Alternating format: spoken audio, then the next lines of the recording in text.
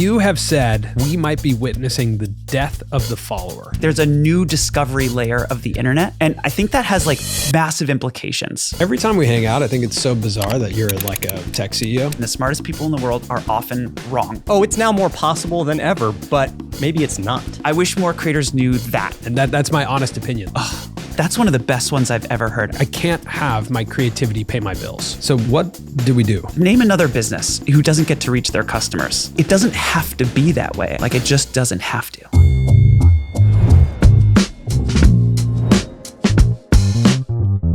All right, Jack Conte, welcome back to the show. Yo, thanks for having me. Returning Returning guest. Yeah, it's been a couple of years. It has been. Yeah. So you have said that we might be witnessing the death of the follower. Yeah. Can you explain that? Yeah. The last 3 to 4 years on the internet have been very different than the previous years on the internet. And to be as quick as I can about it, one of the main things that came out of this era of Web 2, this first wave of like social media companies, Facebook in 2005, YouTube, Instagram, was this concept of the follower, right? Where like I would follow somebody and then every time they published something in the future, I would see it. So it's like, as a fan, I'm like signing up to like vote for what I want to see more of in the future. And that's kind of like how the internet was sort of organized for many years. You can imagine like different publishers and creators sort of building followings, and people talked about followers. And that's kind of how it was mostly until TikTok came around. And TikTok's main innovation, I think that the red herring is that it was vertical first short form video.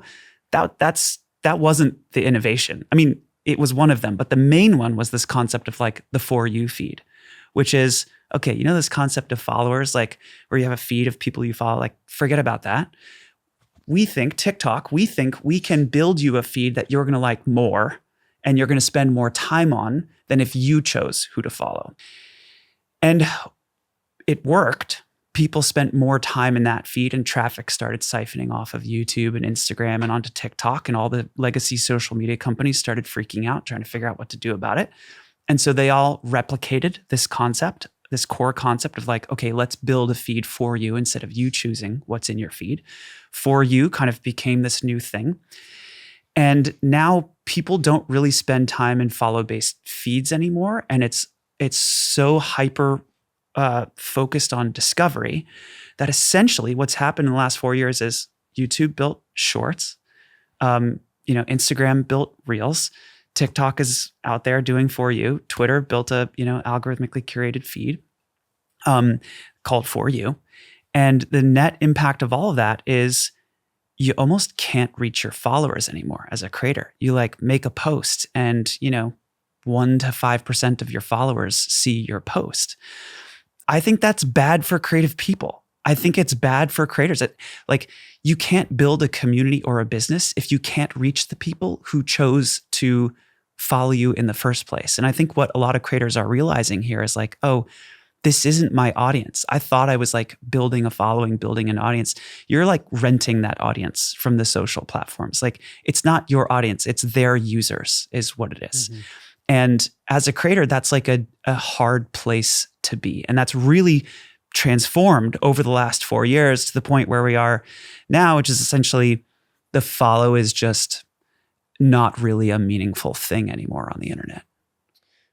I agree with you that that's taking place. And whether it's on short form or long form, we speak with very established YouTube creators that are looking at their analytics and they're telling us, hey, I'm still fighting for viewership here, but when I look at my number of returning viewers to new viewers, I'm actually just getting more and more new viewers and less returning viewers. So I definitely see that happening. For me, though, I wonder, is the death of the follower just a consequence of the maturation of the creator economy? The fact that there are like way more creators than there have ever been, and maybe the demand for content has stayed relatively stable, and like the supply is able to be taken care of by a smaller group of people, making it harder. 100%. I think what's generally happened is the platforms have basically realized that novelty and discovery drives session time and watch time. And if your metrics are session time and watch time, which are the metrics that drive ad revenue, which is the core business model for these platforms, then you can drive ad revenue by over-rotating toward discovery, which is what I think has happened. But to be clear, like, I don't think discovery is a bad thing. Discovery is great. There needs to be discovery mechanisms. There are discovery mechanisms on Patreon. There need to be algorithms. Like, I'm not anti-algorithm. I'm not anti-discovery. I'm not anti-new creators. Like, all those things need to happen. It's a matter of balance, right? It's a matter of like, what other business, name another business who doesn't get to reach their customers. Like, that's not how it works. That's not right. It's not fair. There need to be, and again, I'm like, I'm preaching Patreon's gospel here. So, got to take what I'm saying with a grain of salt. But like as a creator, I want a place where I get a deterministic line of communication to my core fans. If I don't have that place, I can't build a recurring community or a recurring business. And so it's not a matter of like one or the other. It's really just like, do I have a place where I can reach those core fans and those most important like members of my community and business? Or is it so over-rotated toward discovery that I can't reach them at all? Okay, so I have a couple of thoughts here. One, as we're talking, I'm starting to feel like, isn't this what TV was when we were kids? Like essentially the platforms or the networks, they dictate what is on our screens. Yeah. Right? Which is what we had. When you wanted to watch MTV, you didn't have a choice of what was on. You just watched MTV and they told you what was on. Yeah. So like, is it actually just a really short period of time where independent creatives got to publish their work and reach people almost without obstruction? Like, are we talking about a very short amount of time that we had? And then the second bit here is like, it's almost also, I guess it's all reminiscent of a traditional model where like green lighting in Hollywood, right? Where it's like, there's a lot of steps for you to get your work seen or to even have the opportunity to build fandom. Like we are all lucky that we caught that moment where we could just upload stuff and it was all experimental, right?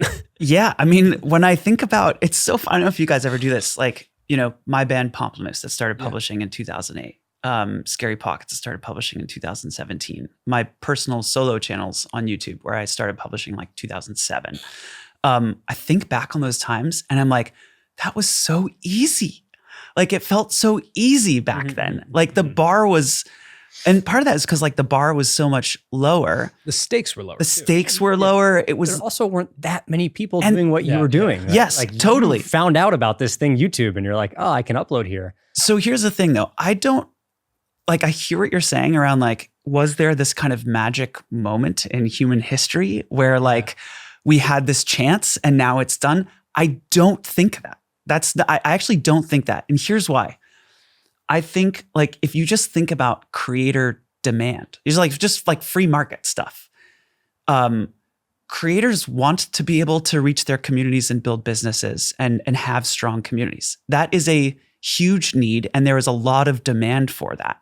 The internet will catch up to that. I think we're in a little bit of like a pendulum swinging moment. So I don't think it's like, actually I was like struggling with the title of the talk because death feels so final. It's, I think the more like true descriptor would have been like the dip of the follower. But that's a little less. It's also specific because I believe right now, two things are happening. One is short form content is driving more algorithmic discovery, and extremely long form content is actually filtering for familiarity and followership. Yes. Meaning podcasting is at its probably all-time high in terms of cultural relevance, cultural impact, but also saturation, and also saturation. But the big podcasts, like when I open Spotify to listen to a podcast, the chances that I'm going to listen to a brand new show are almost zero.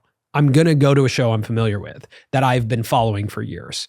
So like, I think that two things are happening because same with YouTube, as content is getting longer and longer and longer, if I'm going to commit to an hour-long piece of content, I'm going to be familiar with those people, right? Totally. And yeah, one way to think about it is that like there's a new top of funnel. Sure. Like we thought top of funnel was like YouTube, but now there's like a layer on top of that. Yeah. Yeah. And what ended up happening is like TikTok like somehow moved up, right? Is like there's a new discovery layer of the internet. And I think that has like massive implications for what it means to be a creator in 2024 versus a creator in 2019 or 2020.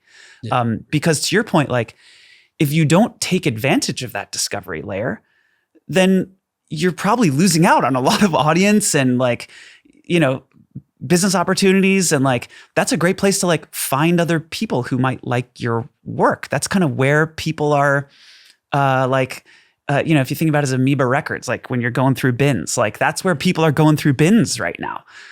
Is interesting. Is in short form. It's the top of funnel. I also think it forces you to figure out as a creator what makes you unique and stand out from the sea of content like yours. Because I keep harping on this, but I think like competitiveness is also what's happening. Like, yes, the platforms are making changes based off what's good for business. But also like on TikTok, if you're into gardening content on any given day, you may watch a TikTok about gardening and there could potentially be like 10,000 other videos that would satisfy you that are very similar, right? And like that's a problem too, that like there may be like 10,000 people making similar content looking to build that community. So this is, we've talked about this before. I don't remember if we talked about this on the show, but we definitely have talked about this before. One of my beefs with the way that works with TikTok is that it isn't about the creator. The atomic unit of the platform is not the creator. It's the nugget of 30-second entertainment. Yeah. And so in a sense, it sort of commoditizes the creator. Like the producer of the content is kind of irrelevant on TikTok. It's more like what you just said was like any of those 30,000 things could satisfy my 30-second need to be entertained. And by the way, it sounds like I'm probably like crapping on short form content like that. I think it's a very valuable thing. And I think it's like a really good, in some ways, there's some really great things about it for creators. Pamplemousse has taken advantage of short form. And I want to I probably watch more Jack Conte in short form vertical now than in long form, right? Because you're doing those cool animations on your short form, and like I really enjoy those. You and most people actually, right? Like people are seeing, our research shows that more people are seeing short form than long form now. People are spending more time on short form than long form. The strange thing about that is people are less likely to pay for short form than long form. For sure. They don't value short form as much as they value long form, but their hours are being driven to short form. And it makes it, there's like a tension there as a creator between like discovery and business. And that tension will always be there, right? But there is something like really strange about this like business model dichotomy that I think we're seeing right now, where it's like, what drives the short form ecosystem is ad revenue, which is a time spent metric.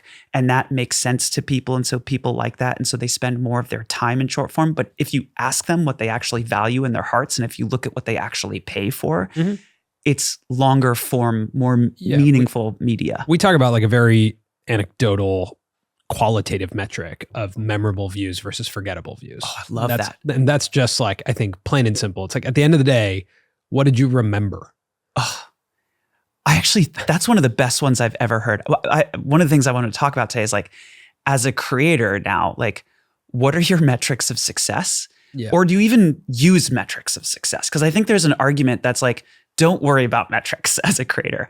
But like some of the metrics of success that I think are more relevant now, like it used to be like follower count, subscriber count was like the thing. I don't want to say that's meaningless now, but it just doesn't matter. It's kind of a vanity metric. Like it's this cumulative score that just builds over time. And it just is not indicative of like what you just said. In a nuanced conversation, it doesn't matter. It still matters in the context of like top line advertising. Like when somebody looks at you, I don't know how long it'll matter, but it does tell a story. So let me push on that though, because and I'm talking about brand deals and sponsorships. I'm not talking about platform revenue there. So even for brand deals and sponsorships, like I think a more relevant metric is something like your V30. Oh, I agree it's a more relevant metric. I'm not saying that is the most relevant metric. I'm saying it still plays a role. It plays a role. Yes. Yeah. Like I think even if Colin and Samir is doing the same average viewership, but we have 5 million subscribers, I think we're having a few different conversations. And we've had conversations with creators that have taken off very quickly on YouTube, and they might be doing 500 to 750,000 views on average, but they have 130,000 subscribers. And it does change the rates they're able to get because they're new to the market. Yeah. 100%. And yeah, I think what you're pointing out is true, which is like, it's wrong to think about these things in a binary way. It's not like it matters or it doesn't. I think there's a second question though that's like, what should I use to like gauge my own success, yeah, totally. and what do I optimize against? And I think more like when I think back to like YouTube 10 years ago and what I was doing and like how I was operating, and then this sort of wave of like retention editing and like there is a path that is like optimizing against follower counts. And I don't want to say that path doesn't work. It works well. It can work for a lot of people. Views are available. It's available, Yeah.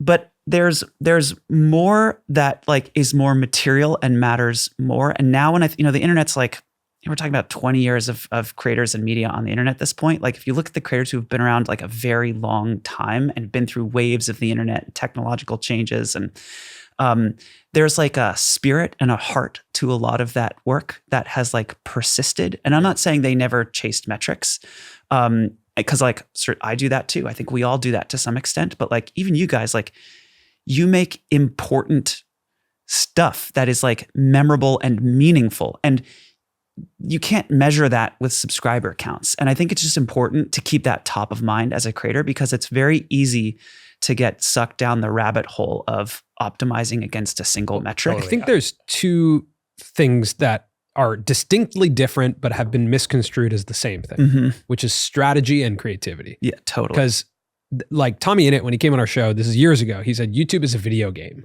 And I took a step back and I was like, he is correct. This is a game. And people who are really good at game theory, or like if you look at some of the top creators are people who grew up playing video games. Yeah. They understand that, oh, actually these are levels.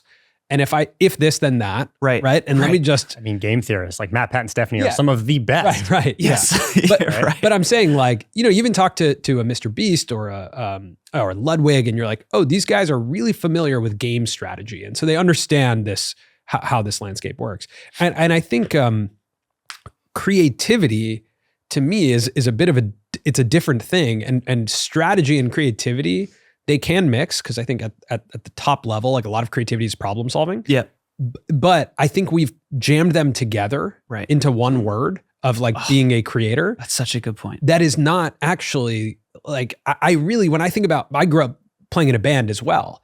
And I think about when we used to write songs, that is so different than coming up with a title and thumbnail for a YouTube Oh video. my God. Right? So Like, different. Writing a song is a very creative act. And I can't even explain, when I look back at how songs were made between me and my 4 friends, I have no idea. Sometimes it would start with me playing a small thing on my guitar, and my best friend Mike would play the drums, and I'd be like, that sounds cool. And then our bassist would play something, someone would write lyrics, and all of a sudden these things are happening that you can't explain.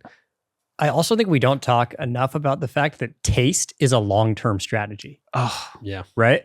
Like creators ask us like, should I be optimized or should I not? And I'm like, I don't know. I think you should go with what you like. And we don't always do this. Like I wish we did. mm-hmm. And we're getting better at it over time. Mm-hmm. But I'm like, choose what you like, and you may get less people, but you will filter the people that like what you're doing more. Okay. And that's a long-term strategy. But it is painful. it is The game of comparison. Hard to say no. And the what game makes- is painful. What makes that harder is that algorithmically, even if you're making what you like, you will have a lot of volatility, right? Like if you stick to your guns with taste and you're like, I'm going to ride this out and just make what I really want and build a community, you're still going to have to deal with the fact that algorithmically, you're not even going to reach the people every time that would like your stuff. So that's why I think it's so important. And again, we're getting into like, what do you do about it? But like, I think it's so important to play the long game as a creator. Like every video is a swing, like, and some swings hit and some swings don't. But this is hard, but what I like to think about as a creator is like the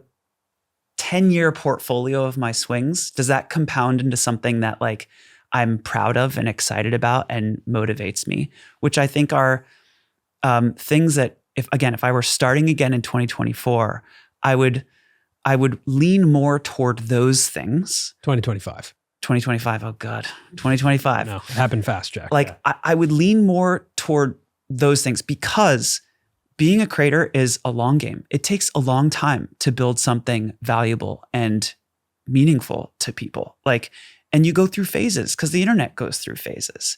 And like, if you have that anchor of like, this drives me, I love what I'm doing, it fits with my soul. And I'm not just being woo-woo here. Like, there's a way to, like, people say like, do what you love, follow your passion. That's not what I'm saying. What I'm saying is like following this, a sense of taste as a strategy and staying true to that soul that is inside you gives you more longevity. You want to keep taking more swings, and it allows you to actually operate over a decade, which I think increases your chances of success in being a creator. The only way to do that, though, is to not build a big business. And that's my honest opinion. Like, I don't think you can hire a bunch of employees, get a studio, and because now you're living in a world. What are you talking about? No, but this is what I'm talking about, is that I think you have and I want to get to your report because you're talking about the research you guys did. Yeah. By the way, I asked our team, I was like, can someone print me out this data report? It was 280 pages. Yeah, we did a huge, oh my it was God, a huge you guys effort. did a huge report. Yes. So I'm going to need you to help summarize it, because I did not read all the pages. Great. But there was one that really stuck with me, which is like over 78% of creators feel algorithms dictate their creative decisions. I think that's actually very true. I think it's very true for us. Like, we can have an awesome idea and we will sit and go, is there a title and thumbnail for that? And if the answer is no, then it's like, that idea is dead in the water. Yeah. And that is what it takes to pay the rent here. You can have a creative impulse and go, yeah, I would love to make that. But then you look at your balance sheet and your P&L and you go, but we can't make that. Right. And that is where I agree with you in longevity. The question that I'm asking myself is, how long can I not make the thing I'm excited about? One of my most creative friends who made, amazing concert visuals and just like the most creative dude I know, left monetizing his creativity and got a job inputting data into spreadsheets so that he could be creative. Because he was like, I can't have my creativity pay my bills. And I think that's the burnout conversation. The long term is like, when I look at our career, I look at it in the context of how long can I have my creativity be responsible for my bills and my employees? Because that's strategy. I think this is the crux of it. And like, again, if you zoom way out, there will always be tension between artistry and business. I believe it is possible. I know it's possible, and we have the data to prove it, to build systems that have a better balance toward artistry. And right now, my sense is that the way, and again, I'm on my high horse here about the internet, the way these apps have constructed themselves, the metrics they have set, the layouts of the apps, my argument is that is worse for creative people and creates an unnecessary amount of tension in their lives. And it's not even about algorithms. Again, I'm not anti-algorithm. Patreon has algorithms in our app right now that are sending millions of dollars a year to creators. They're live in the apps, and they have been for years. And we just launched, Explore and Discovery, and we have a little module in our feed that like recommends creators. And like, there are good versions of these types of technologies that benefit creative people. And then there are versions of these technologies that push people to make stuff that they don't want to make. Over 80% of creators right now are talking about this feeling of burning out. And where that comes from is this tension of feeling like I have to make for the algo as opposed to making for myself. And then you look up 5 years later and you look back at your catalog and you're less proud of it. And it doesn't feel as good, and you feel pressured to do things that are outside of what you want to do. And then you burn out. And that it doesn't have to be that way is my argument. Like, it just doesn't have to. But is that a symptom of making it, quote unquote, feeling closer than it ever has been? This fact that like you can look at people who do things that works, and if you are creative, you're like, I could make it as some form of an artist. Whereas like before platforms and algorithms, it was so clear to you. It was like, yeah, you want to get into Hollywood? You want to get into the music business? Like, Right. you're out of your mind. Yeah. Like, good luck. And you internalize that as like, yeah, I know. Like I'm playing clubs with no one in it. I get it. Right. But even for you, the moment you saw a YouTube video, you're like, I'm going to put my music on YouTube. It was literally the like, moment I that's saw just YouTube. a symptom of like, oh, it's now more possible than ever, but maybe it's not. Okay, so Maybe it's actually similar no, to actually, pre-platforms. Maybe it's not as possible. no, wait. Sorry, no, because I actually, because I realize that sometimes when I talk about this stuff, I sound doom and gloom. And I'm being devil's advocate here. Like our show is so pro creator. Like I know. Like you can. I believe you can. So just to be clear about this, today, literally today, is the best day in human history to be a creative person, and tomorrow will be the best day in human history to be a creative person. And that is going to continue for a very long time. And that is what I actually believe in my heart of hearts. I don't even have to stretch to like believe that. It's what I actually believe. If you want to like just compare being a creative person now to 20 years ago, to 40 years ago, to 100 years ago, it has been like creative tools have become cheaper and more ubiquitous. Think about how much it costs to make a record 100 years ago. Actually, you weren't making records 100 years ago, 50 years ago. Or to make a movie. A movie, versus now. And then like the fact that like you can order this mic on Amazon and it shows up to your doorstep in a day. Like creative tools are more ubiquitous and cheaper than they've ever been. People are more connected. It is easier to find people that want to see or listen to your work than ever before in human history. And the economics of creativity are changing dramatically, right? Like the even just like direct to fan market of the creator economy is like over $150 billion market. I think it's something like $174 billion market. I'll check the data in a second. And that's just a piece of the overall $290 billion market that is the creator economy that includes ads and brand deals and sponsorships and that type of thing.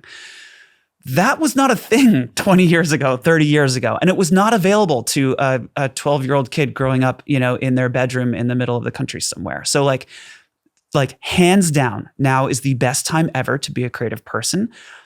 I just want the internet to be better for creators. That's what it comes down to. I just think that, and this is, again, I don't want to sound like a cynical person, but I am a creative who got into this world because I deeply wanted to make it in some way as a expression as my business. Because when I was young, I wanted it to be music when I was a kid. Does it not feel like you've done that? No, it does. Okay. It does. But as I'm here now and in this, I look at it and I look around and I'm like, when I see a young creative person, I just want them to understand what the reality of it is. And I don't know. The most creative people I know, I think, would make the worst creator business owners. And that's so sad, but I know what I'm you mean. saying. I do. I think there's a different way to monetize when you are a truly creative person. Right. Because I think there's a level of entrepreneurship that has entered into our world of you like the biggest creators are also like they're media makers. Yeah. When media making is different than creativity. I just think all these different considerations on a spectrum of I am the most creative human being to like, I am the guy who thinks you should make another Spider-Man because that'll put butts in seats, right? We call that like a artist to distributor spectrum, right? Like a programming executive who knows what the audience wants next and an artist who doesn't care. Yes. You just have to understand where you lie on that spectrum, and that dictates how you build your business. Yeah. Truly. I think if you're all the way over here, then maybe it's you and you have someone who helps you and you are more fan funded, and that's great. And if you're all the way over here, you hire 100 people and build multiple formats and you build like a Jubilee, right? Where you have like tons of shows and you can build all this stuff. It's just I just think everyone needs definitions to understand themselves, because I didn't understand myself when I got into it. So one way to think about that, and we've now seen this, right? We have, hundreds of thousands of creators building businesses on Patreon. Yeah. I have talked to, I don't know how many thousands of creators, over the last decade. And what we have seen is there's really what you described, sort of like if you had to cluster them, like three rough creator profiles. There's like I don't want I don't want to think about money. I don't want to even talk about money. I don't want to like think about business. I just want to like make beautiful films, or I just want to play guitar. Like I just want to like do my art. It's like ultimate like focus on craft.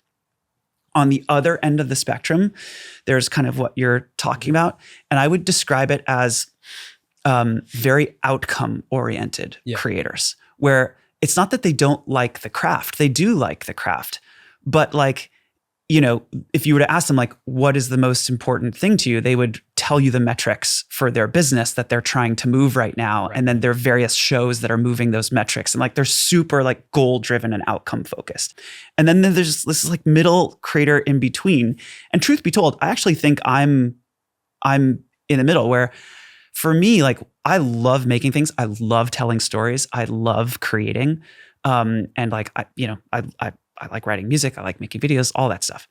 I also really enjoy the business of it. Like I really enjoy building businesses. I really enjoy that Pomplamoose has figured out how to be profitable over the last 20 years and that we've been able to hire a team. I really enjoy that Scary Pockets has like figured out how to build a live business and how to build a membership business and how to like. I get excited about it because it feels revolutionary. It feels like history. Like when you're paving a new path as a creator for your business, it is the first time probably in history, especially when you were starting and when we were starting like 10 plus years ago, everything we did felt like, oh my gosh, we were like one of the first people to make this type of business work for this type of content. And it just felt like, is everyone seeing this? Yes. You know, like, is everyone seeing what's happening? Like one of the most frequent comments that we get on any Pomplamoose video is like, they're able to like make records because he's the CEO of Patreon. And I always want to say to these people like, no, like Pomplamoose is a separate entity and it's a profitable thing. And we've like figured out a business model that actually works. And I think it's because I want people to like see that it is possible. It was working when we were selling soap. Yes. USB drives with our music. Yes. Like I really want people to know that.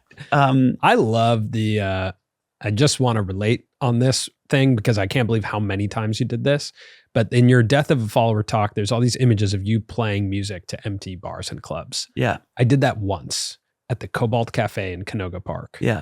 It was one of the most uncomfortable, painful experiences that I've ever endured. Yeah. And that my 3 bandmates will remember it too. Yeah. Our parents drove us there. Yeah. And when the curtains opened, it was just them. Right. And like you're in the middle of your set and you're like, should I keep going or should we just end after one song? Yeah. But I bring that up because there's this graph that is the Colin and Samir channel over the past 8 years. Yeah. And for 5 years, it's a flat line. 5 years. This is viewership. 5 years, we made videos that in the world of internet relativity, nobody watched. 500 to 2,500 views for 5 years. That is playing to an empty club, especially because you don't even have the feedback of the guy behind the bar being like, that song was pretty good, man. Right. You know that experience? So you don't actually the guy behind the bar when I was playing left. So it actually was empty. This is too loud. Yeah, but keep going.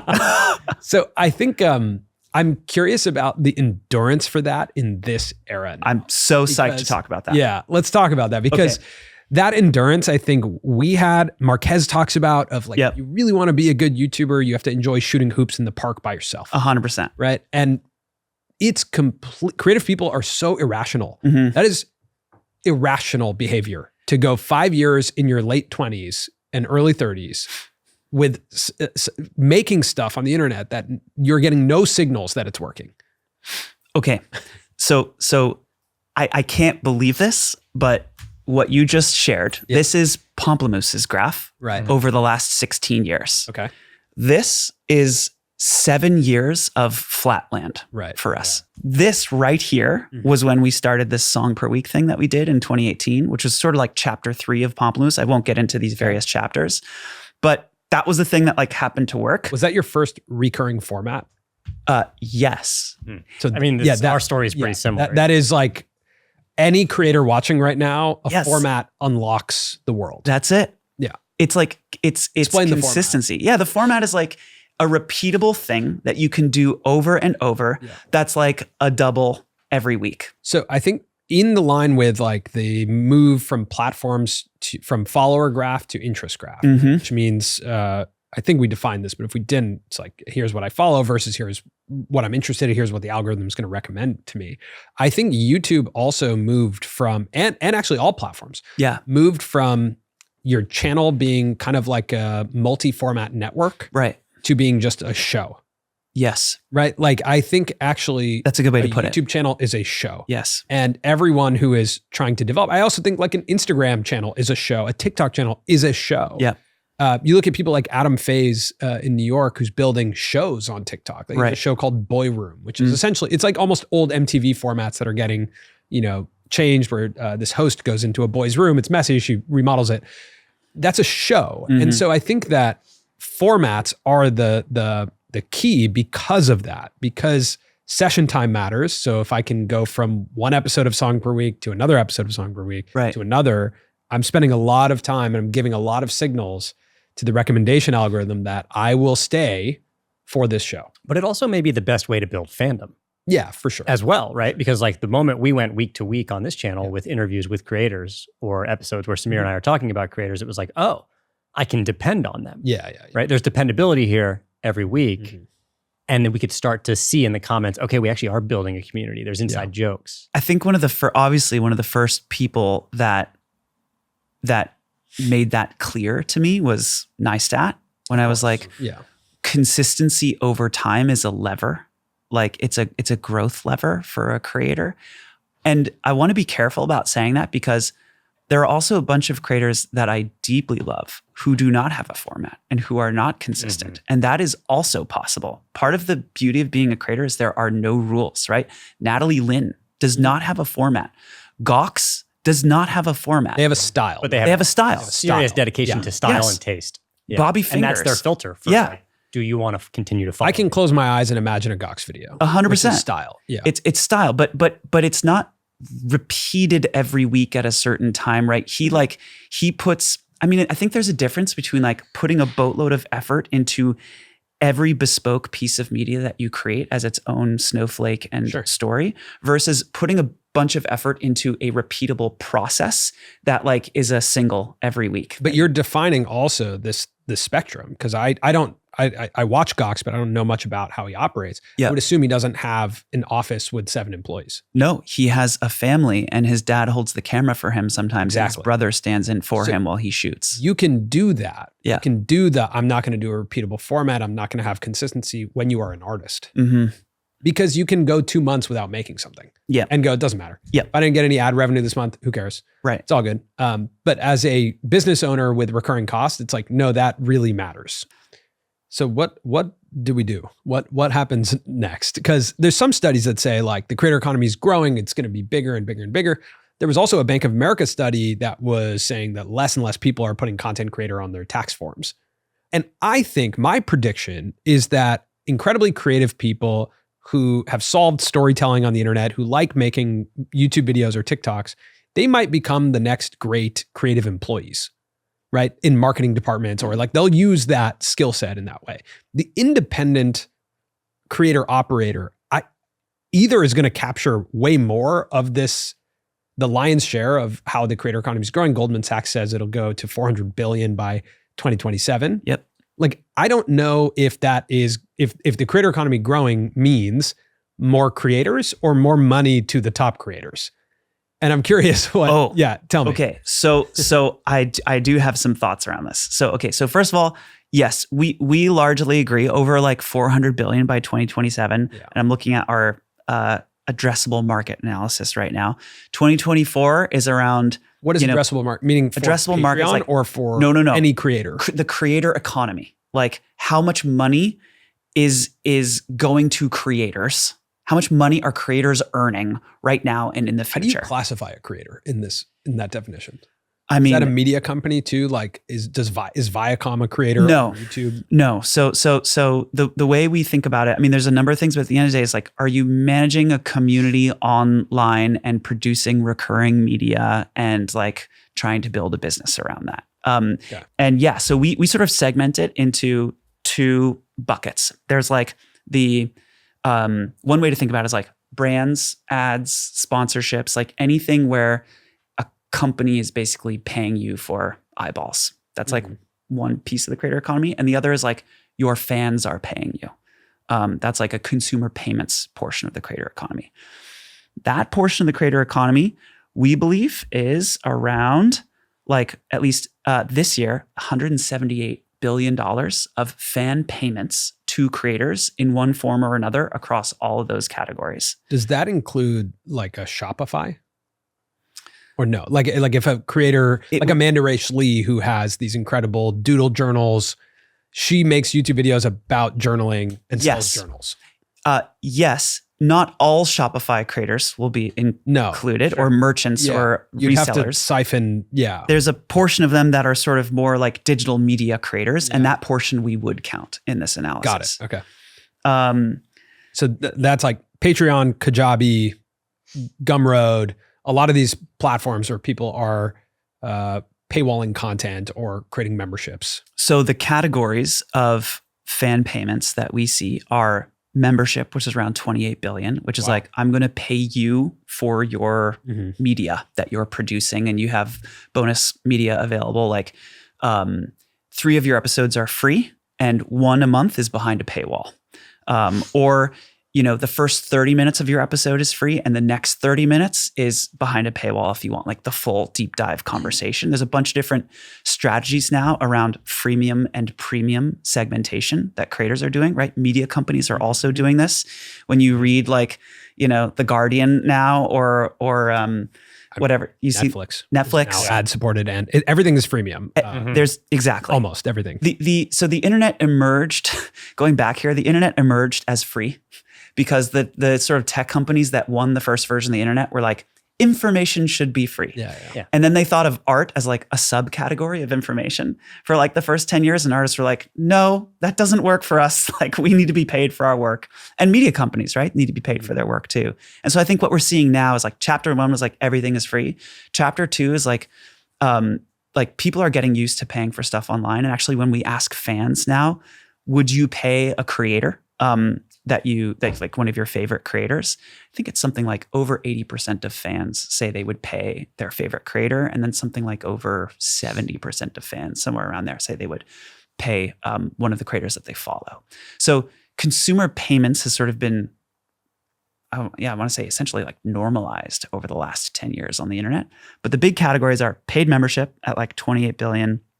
Digital commerce is another big category. That's like, I'll pay for wallpaper, or I'll pay for an ebook, or I'll pay for like a specific episode, even if I'm not getting recurring streams, or I'll pay for some type of extra information that I can get in a PDF or something like that. Just to put a tangible example there, The Yard, I think, is a great example. Great. Those guys make an extra episode on Patreon. They have public numbers. They make $235,000 a month. Yep. From their membership. That is no joke. Yeah. Obviously you don't get fan funding without algorithmic discovery. Like they play the YouTube game really well, built, large dedicated diehard fan base, are able to now have fan funding at that scale. Right. The platforms have fan funding as well, right? So like what is the relationship between like a YouTube and a Patreon? Of course they like support each other, right? Like in the case of The Yard, it's like, it's good for them to have algorithmic discovery and fandom that then comes over to Patreon. Totally. How do you see that playing out when you have like potentially a Spotify going into like more fan funding options, or YouTube continuing and maybe making their channel memberships a better offering? The creators who are like serious about building a membership business, we see them leaning away from those products. And I don't want to pretend like they're not competitors, because they're certainly trying to compete in that area, but like I'm not losing sleep over those products, because what we find is if you're really serious about building a subscription business or a commerce business, or, any sort of direct to consumer business,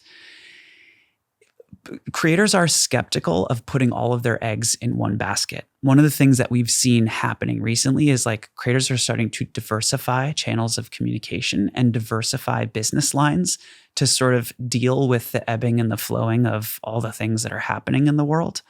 And so one of the reasons that, people are coming to Patreon and building business on Patreon is they trust that Patreon is going to be more stable through all of that versus like their income fluctuating up and down based on changes to distribution, right? So, yes, they are. A lot of those companies are launching consumer payments offerings and subscriptions. Instagram has it, TikTok had it, Facebook has it, YouTube has it. But what we're seeing is like it works for like casual boost to your income. The serious creators that actually want to like segment their offering into freemium and premium are really using some other service like a Patreon to do that. I think one thing that's not talked about in that context is just culture. Like, I think you have to imagine the verbal call to action, and subscribe to my Patreon is a culturally accepted term.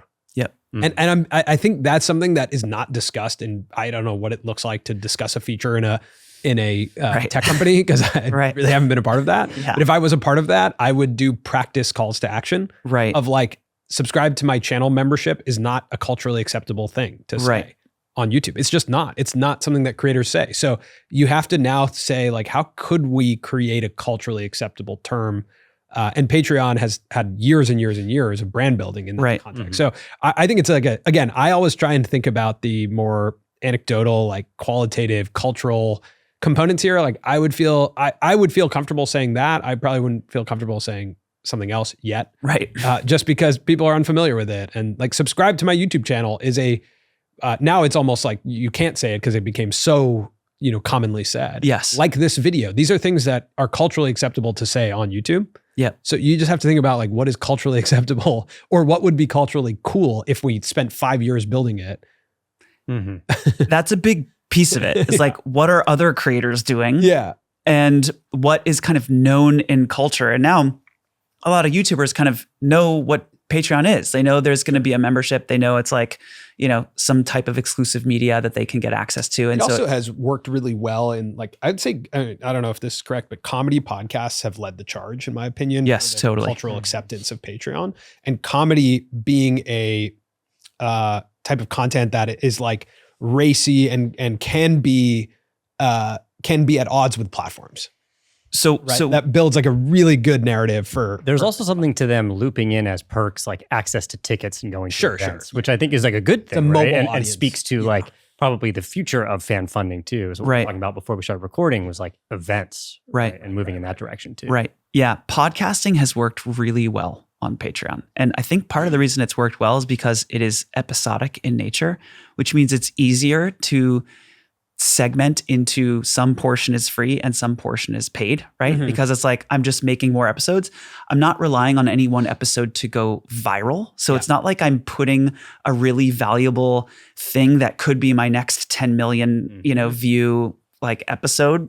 Also marginal cost of production. Yes. Yes, right. Like exactly. That's the most important thing there is that it's overwhelming to say, hey, double your output, but it's not if that means 30 minutes a week. Right. And if it's repeatable. Same thing that you are already doing. Exactly. And from an audience definition standpoint, in terms of creation, you're looking at it as like, okay, this is actually the most core. Right. So I should know exactly what they want to hear. In the context of fan funding, does Twitch subscriptions fall into that or no?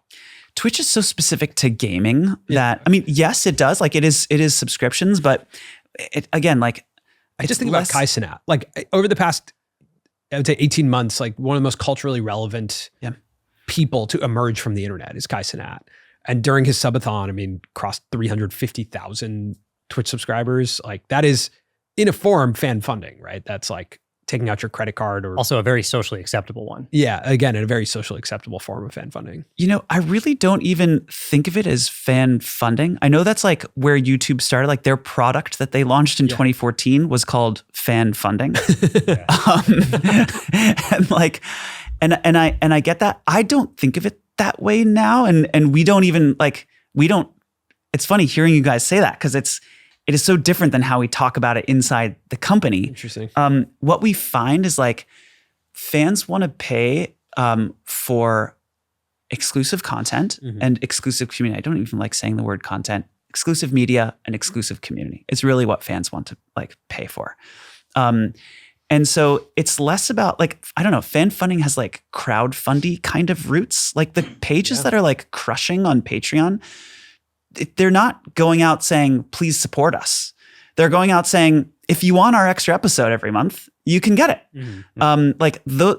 That like business model has kind of emerged as like a very successful business model on the platform. It is different than like where Patreon started, right? Like 10 years ago, it was more in the like fan funding like spirit. Just support our journey. Exactly, which is kind of where it started. But what we've seen is actually like, that's not where it's evolved to. And that's not kind of what, like that was a piece of culture back then. It still is a piece of culture now. It absolutely is. I'm not saying like that model doesn't exist. But like the podcasts that you're referring to that are like, doing really well on Patreon, they're the ones that are offering real transactional value to their fans who really want to pay them for that media because they love it, and they also get access to the exclusive community. So the language is less support us on Patreon, more join our Patreon for X. And we see both, right? Like both are still happening, but I guess I'm just pointing out that there is a bit of like a cultural evolution in like the psychology of it and what it kind of is meaning to a lot of creators and fans right now. Like a lot of fans are getting used to paying for the exclusive media now, which just feels different than fan funding. Doesn't it feel reminiscent of when I was a kid? Like I asked my mom to pay for the sports bundle on TV. You know what I mean? And I like just the sheer amount of subscriptions we are paying for right now. Like, feels like there's going to be some level of correction, as there was during the TV era, right? Already started. It's already started. And yeah, like largely we see, even of a creator's super fans, maybe 50 to 70% of them aren't willing to pay with a subscription.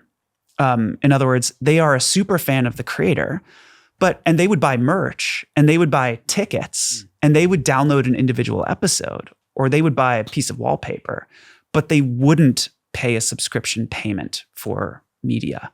And so one of the things that we've been thinking about is like, okay, how do we help creators build businesses with those fans that don't want to be like subscription based, but they are core fans of that creator and they do want to participate in the creators community. That's why we launched like free membership, which is essentially a follow. And we also launched commerce, which allows those fans to sort of do a one-time payment as opposed to subscription. So I think it's really important for creators to realize like, there's not one fan profile, right? Like there's different types of fans that are willing to pay for different things. And I think having like a diversified business makes a lot of sense if you're starting out in 2024. Actually, first, I think you should like find media market fit 2025. Damn it, I keep doing that. But like here, let me show you Pomplamoos's, revenue distribution. Please. And I removed the y-axis here, but just to illustrate a point, here's I think actually this is a good point. Like this is Scary Pocket's revenue distribution. Can you see that? Mm-hmm. So like this is live for Scary Pockets. Like meaning live shows. Live shows. Yeah. For us, like that's a focus and that's like a big business. Now this is like really low margin revenue. How do you have time to tour? You have enough time to what be like the hell? boring. So I actually don't. We can't do that. We can't build a live business if it depends on me going on tour. So we have an amazing, like an animatronic Jack. No. We built Pockets in a way that is like less about me, and it's more about what we make.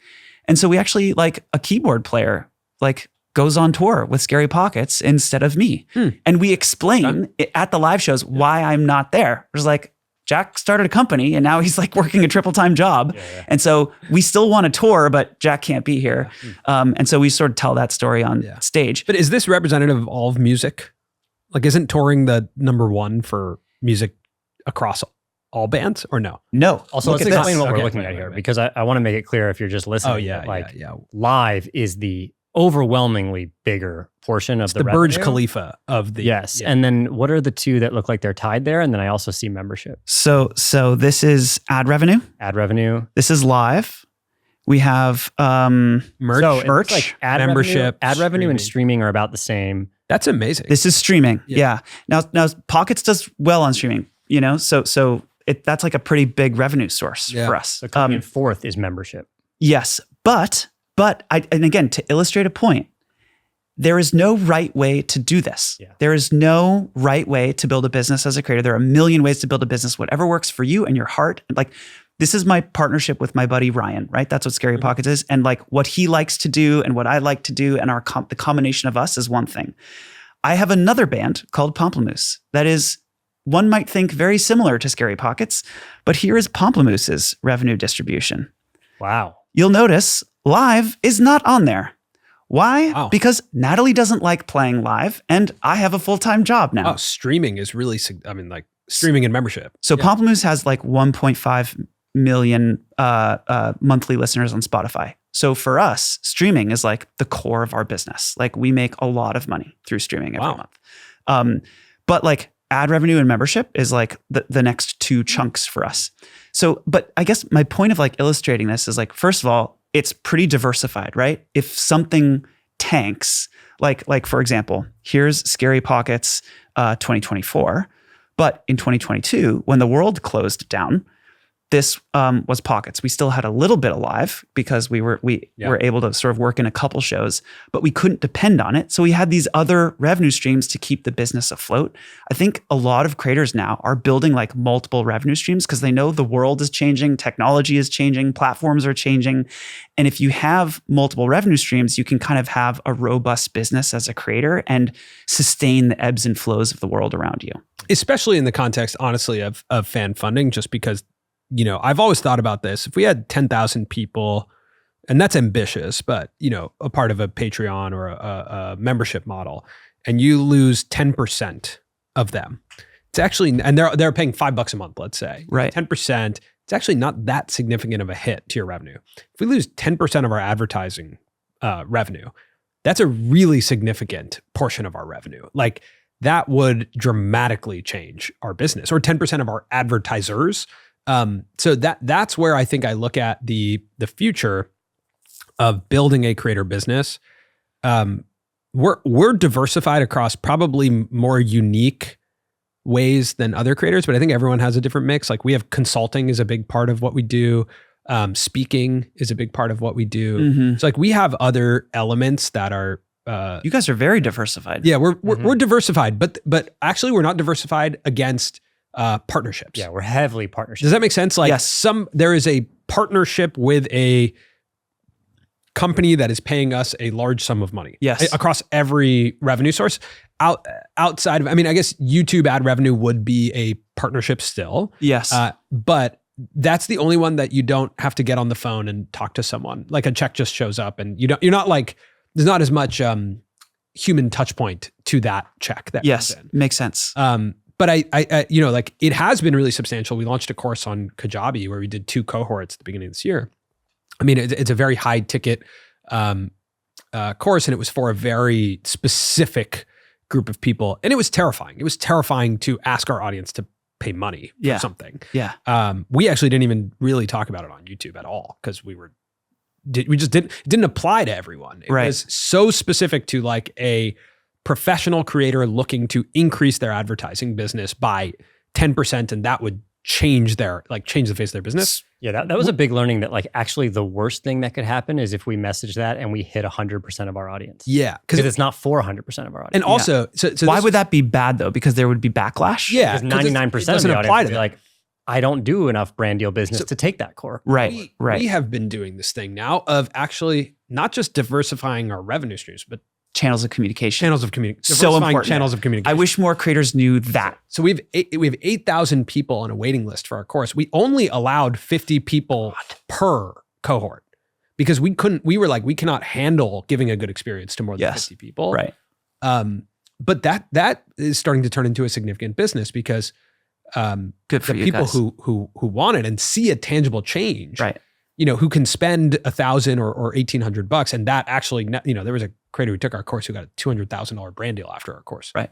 So like you can have unbelievable ROI on Oh, that. guys, that's But such a good story. it's a great story. And there's people who've done $60,000 brand deals and even $10,000. And you're like, that is an insane ROI for us to help you get there. Yeah. But that is for 100 people have done that. Right. But it's a 6-figure business that we've opened up. Right. So it's a really interesting thing to now start to diversify channels of communication and segment like, what are your needs? If your needs are over here, can we get you over here? So And if your needs are over here, can we get you over here? you guys are obviously very sophisticated because you do this for a living, right? Like your living is the dissection and analysis of creative businesses. And so I think like, We're fortunate to have spoken to a lot of people. yes. Like that strategy was only done because we spoke to Ali Abdal about it. Right. Like, Yeah. But I think what you guys are starting to like, what you've clearly realized, is that, even for creators, it's not just diversity of like, of revenue lines and diversity of channels of communication. There's like diversity of businesses across audience segments. Yeah. Some of your audience is going to have very high willingness to pay. Mhm. And some other portion of your audience is going to have low willingness to pay. And like different offerings for those different portions of your audiences, like that's something to think about as a creator. Like a lot of courses are like $1,200 or $1,500. Yeah. And like, you're right, 99% of your fans don't want that. But 1 or 2% of your fans really want to hear deeper levels of insights from you guys and would like, it is absolutely. and have similar businesses to us. Yes. That through the cohort, we get to workshop together. Right. Exactly. And that we believe we can support. And that was, again, it was terrifying because you don't want to, we put a lot of measures in place, like 100% money back guarantee at any point, no questions asked. Right. And luckily, like the thing worked and it was valuable because we spent a year building it. But it is a scary thing to start to like change the model of how you interact with your audience, unless you segment them, which is when it has become much more comfortable now to go, oh, I know you're interested in this. And it's just a relief. Yeah. And what we recognized is, so we believe there's 3 rules of YouTube, 3 definitive rules. The first, I think I know what you're going to say. okay, but I'll tell you the 3 and I'll explain the third because it has to do with this. The first is if they don't click, they don't watch. That is the simplest rule of YouTube. Mm-hmm. If they don't click, they don't watch. It comes from lots of conversations with a lot of creators. I think Mr. Beast has said it many times, but it is the simplest rule. If you don't figure out how to build titles and thumbnails, no one's watching your stuff. Yep. The second is respect their time, which means when I click on that title and thumbnail, I have to show that I'm respecting your time with my storytelling to get you to the end of this video, to tell you the story, right? I have to earn your trust again after you click by showing I'm respectful of your time by telling a great story. You're investing in us, and this video is an investment for you. Yes. We're going to make it we're giving you a great. return Yes. on your investment. Yes. The third is, do you want more stuff like this? Which is a filter for your next video and for any business you build, is saying, what is the value of my content?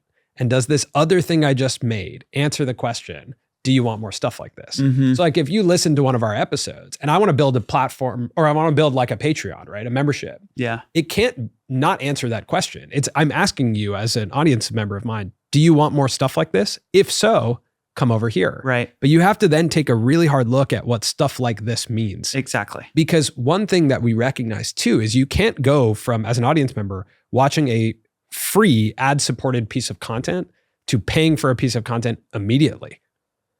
And what we did is we started going, okay, you finished this episode. We're talking, broadly about YouTube strategy. Do you want to join us for a live session where we go deeper? Totally free in exchange for your email.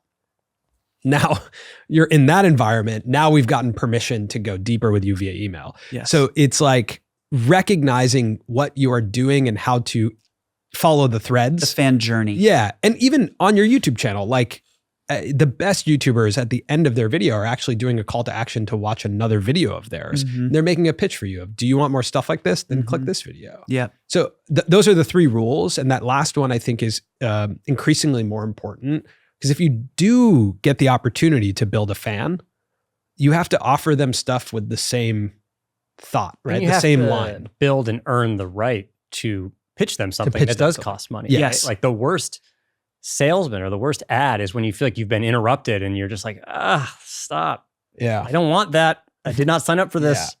Right. So you need to like massage your way or find the right way to communicate to someone where you can ask. There's so much there to talk about. I mean, maybe the place where I'd start is like, I think there's a real danger to focusing on number 1. Like if they don't click, they don't watch, without putting number 2 in. Right? Oh yeah. That's where the 3 rules have to go together. They have to be like together. I would argue there's probably 2 ways to think about if they don't click, they don't watch, like two ways to get people to click. The first would be a hyper compelling title and thumbnail that gets somebody to really want to click. The second way to think about it, which I'm increasingly thinking about more and more, is the body of your work and your audience's trust in you that you're going to deliver something amazing and compelling. Like, I don't care what Natalie Lynn's next title and thumbnail is. Yeah. I'm watching the video. Yeah. It could be a black. We've said that about card. Casey before on this channel. Yeah. It's like Yes. Casey could upload a video with no title and a black screen, and it might actually be a pretty good thumbnail. We've But I also would click talked whatever about it is. Yeah. Matt Chamberlain's video called "You Totally Caught Me Making Soup," Yeah. which is a ridiculous title and thumbnail, Right. but has 4 million views. Right. Or a creator, your mom Ashley Alexander, Right. incredible creator, but you're getting videos of like NYC update number 2, and hundreds of thousands of people are clicking on that, and that is familiarity is a way to get there. That just takes a long time. It takes a long time. which is totally fine, but I think the reason we say that is it's a factual statement. Yeah. If people when given through recommendations, a sea of content on the homepage or the browse, or suggested content. yes. If they don't select your video to watch. Right. And again, that could come because I have a 5-year relationship with Marquez Brownlee, and every time I eat lunch, I watch an MKBHD video. Yeah. Or it could be because it's a net new video and it was, the one example that we use a lot is Veritasium's Yeah. why are there 96 million Oh my black balls God. on this reservoir? Yes. There is nothing more that tells the story of an information gap better than that thumbnail, Yeah. Agreed. right? Where you're like, I've just been filled to the brim with curiosity. I have no choice. I had no idea there were 96 million black balls on this reservoir, but now I have to know. But I have to know why. Okay, so let me ask you guys a question, because I have some thoughts on this, but I'm, if we're thinking about what do I do in 2025? Yes. There's like media market fit first, right? Like that's Explain that. step one. Make something that resonates with people, and ideally, it's got to resonate with yourself too. I think if it doesn't resonate with yourself, with your heart, then you're probably going to stop making it in a year or two. So like the find the triangle where it's like, I like this, like, and an audience likes it too. And it like, and there's that relationship, right? So maybe it's not a triangle. It's just like, I like it and an we audience call it like like content market fit. Actually, So we've what- done this together and we have it. You animated this. Oh, which, yeah. Which is Yes, content market that's right. fit. That's right. That's That's what right. we're looking for. I've which just is stopped that calling it which content. is like we the already have platform. Yeah. the audience. You like it, Yeah. the audience likes it, and the platform likes it. Okay. You've great. already There we go. animated this, so we'll just play that. Yeah. Actually, you did a great animation Going around in circles. for this when we did it, because I mentioned that I actually think all 3 of those, you're juggling them at once. Yes. And they go out of sync sometimes. Like Yes. you might not like it, but your audience and platform likes it. Yeah. Anyway. Yes. And it's hard to like maintain that balance. Yes. But I think find media market fit. And if I were doing that now, I would do it on shorts. Yeah. Like shorts is where people are, and it's the easiest way to break in. Like I know Also the easiest path from idea to publish. And I actually think losing that excitement is a scary thing. And it's happening with, we were talking to Iz Harris and she was talking about the danger of batch production. Was it Iz who said this or no? Maybe something. We've been talking, I forget We've who been talking to a lot of first people time. about this, but I think we talked to Iz about it, of like batch production is great in the context of efficiency. But in the context of creative excitement, it might not be great.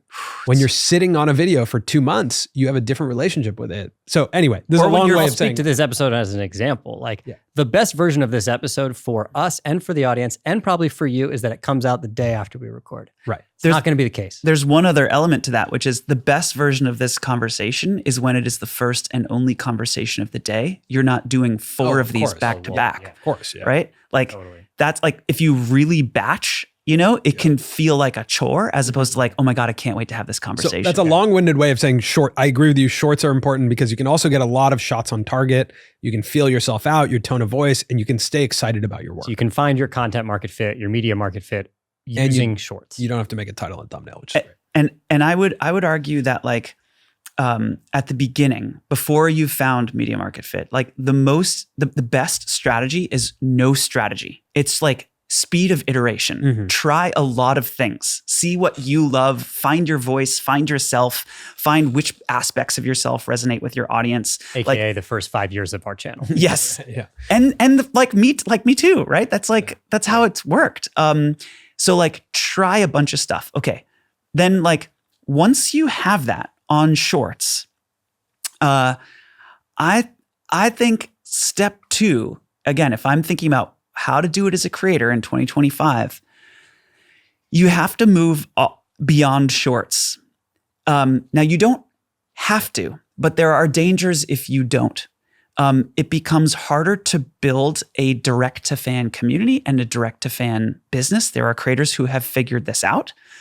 But because fans are less willing and likely to pay for short-form content, and because when you're at the ultimate top layer of the internet, you are more subject to the whims of the platform's direction of traffic, it's a more volatile environment to build a long-term sustainable business versus finding a format like you guys have found, where you've got this repeatable long-form thing that your audience enjoys every week, and you have these, you have like these long conversations and people are listening to them and building loyalty to you and building loyalty to the format.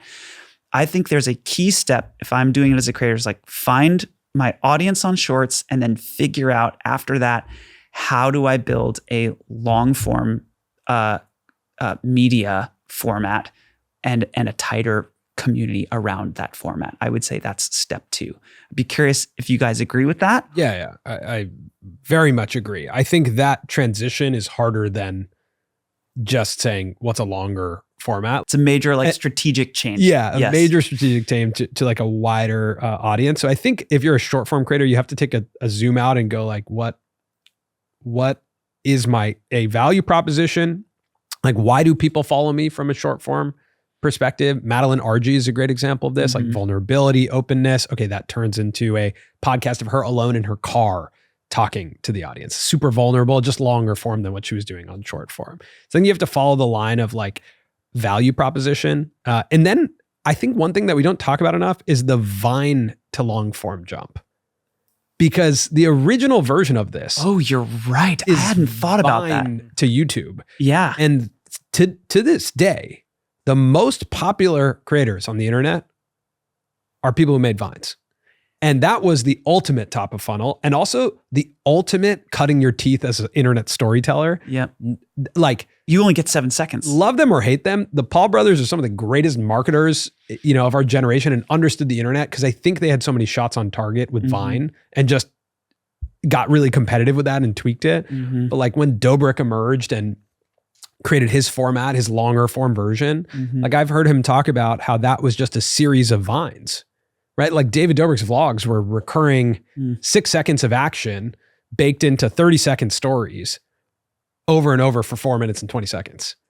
It's essentially a Vine compilation. Yeah.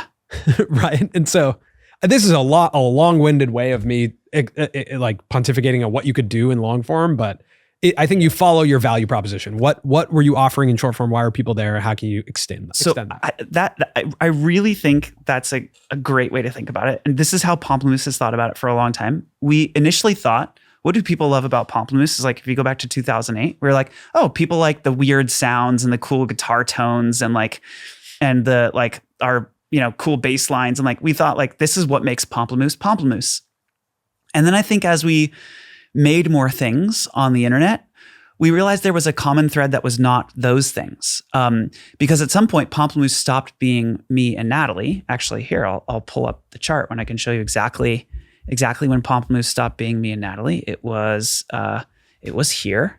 Like up until here, every Pomplamoose video, I was mixing everything, engineering everything, mastering everything. Natalie was singing. I was playing all the instruments except for bass and voice, and Natalie was playing all the bass lines. Like, we thought Pomplamoose is us. Pomplamoose is me and Natalie playing these cool things, and our, right here is the first time we were like, let's have other instrumentalists play. A drummer, a bass player, a guitar player. And at first we were like, oh, that's not Pomplamoose. But what we realized is like, Pomplamoose, there's something else. If you read the comments of Pomplamoose videos, people talk about people will say thank you guys. After 20 years of my drums being in the attic, I just went up to my attic, took a cloth off of my drums, brought them down into my living room and played drums for the first time. Thank you, Pomplamoose.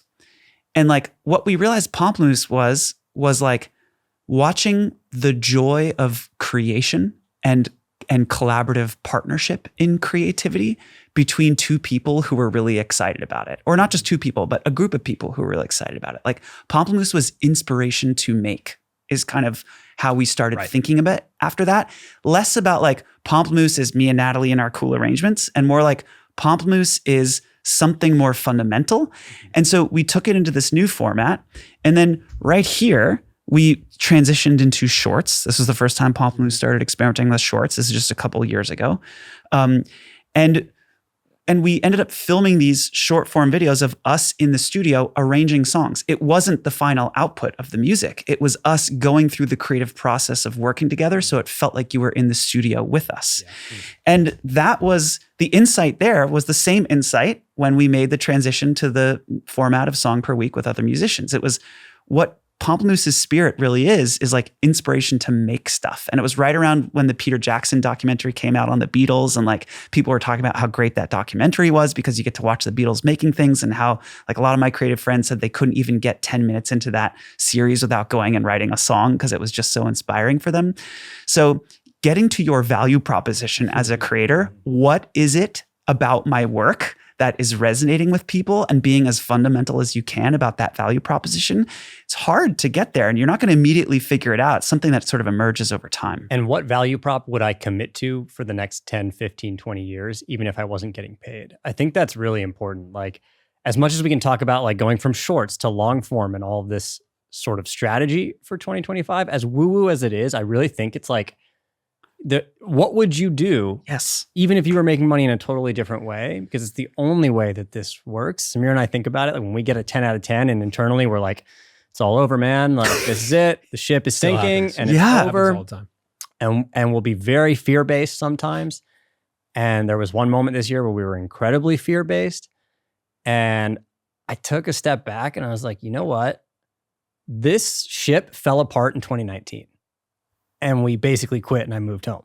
But we still were going to make videos about creators because we liked doing it and found it interesting. Right. And I had to like think back to that moment because we have so much built up around us now and so many employees and things and so different. And I was like, you know what?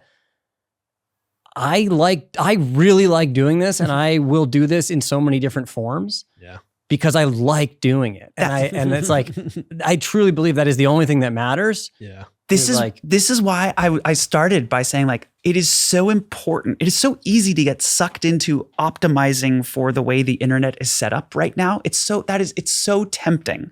Yeah. And what you said, I think there's a very long-term approach to that, right? Which is like, how do I stay in the game for the next decade or 2 decades, right? Like your creative career can be long. Like it feels short in the present, right? It feels like now is the end of times if I don't get a 1 out of 10. But like your creative career can be very long. And there's a wonderful creator named Adam Westbrook. He made a video essay. It's one of my favorite pieces of media on YouTube. It's like 15 minutes long. It's about Van Gogh, who lived in his parents' basement for 11 years, making paintings every day while his teeth were falling out.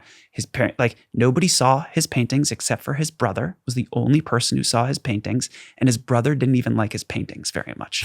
And Van Gogh did this for like 11 years, didn't sell a single painting, and no one saw them but him. And he did it because he loved painting. He just liked doing it. He liked exploring color and texture and framing and composition, and it lit him up. And so he kept going. It's like the YouTubers you can tell they just love telling stories and making videos, and they would do it if their ad revenue is up, and they do it if their ad revenue is down. And there's the creator in this video, Adam Westbrook, calls this an autotelic behavior. That's the word for it. An autotelic behavior is a behavior that you do for the sheer joy of the behavior itself, versus some expected reward from having done the behavior.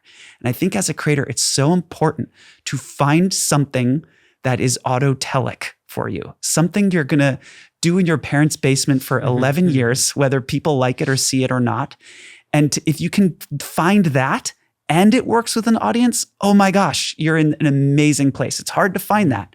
But like, if I had one piece of advice to emerging creators right now, it's like, don't sacrifice that part of it. That part of it is so important to a long-term creative career. Yeah, you need to think of yourself as potentially the Bryan Cranston of content creation. Bryan Cranston, meaning like he wanted to be an actor so badly. And nothing really hit until he was, I think, in his 40s, like 44. Malcolm in the Middle, yeah. And Malcolm in the Middle hit. And then even after that, it really wasn't until Breaking Bad hit where it's like his career totally turned over. And I'm not saying like if you're watching or listening and you haven't quote unquote made it, that you have to wait 44 years.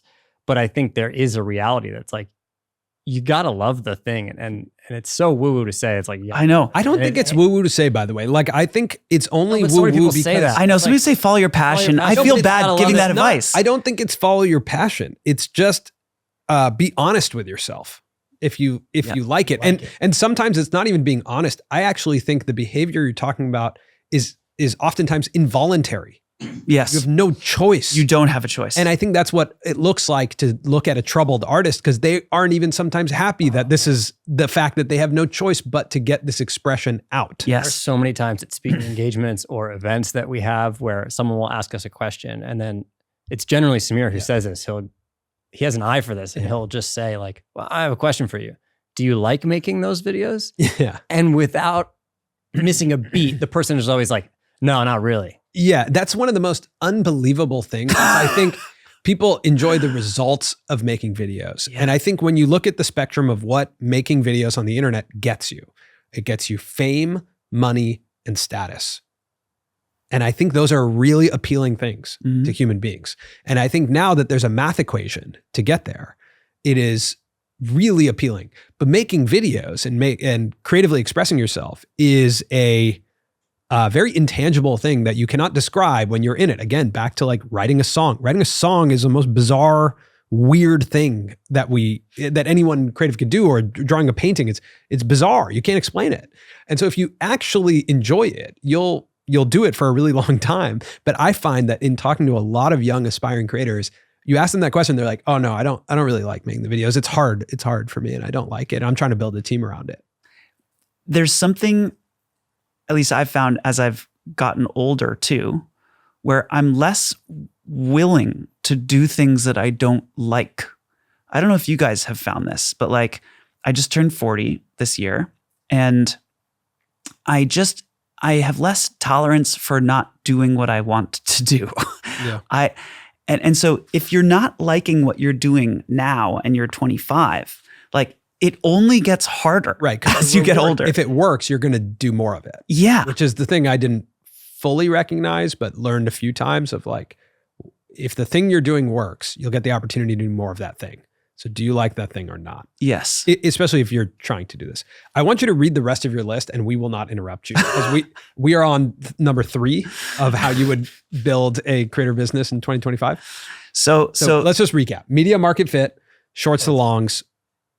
That's as far as we've So leverage short form traffic to find fit on a medium or long form. So we're 2 in. Yeah. 3 is once you find fit on shorts, build that long form format and find fit on a longer form format, because the short form ecosystem is too volatile and unpredictable. That's 3. 4 is build a tight community around that long form format. And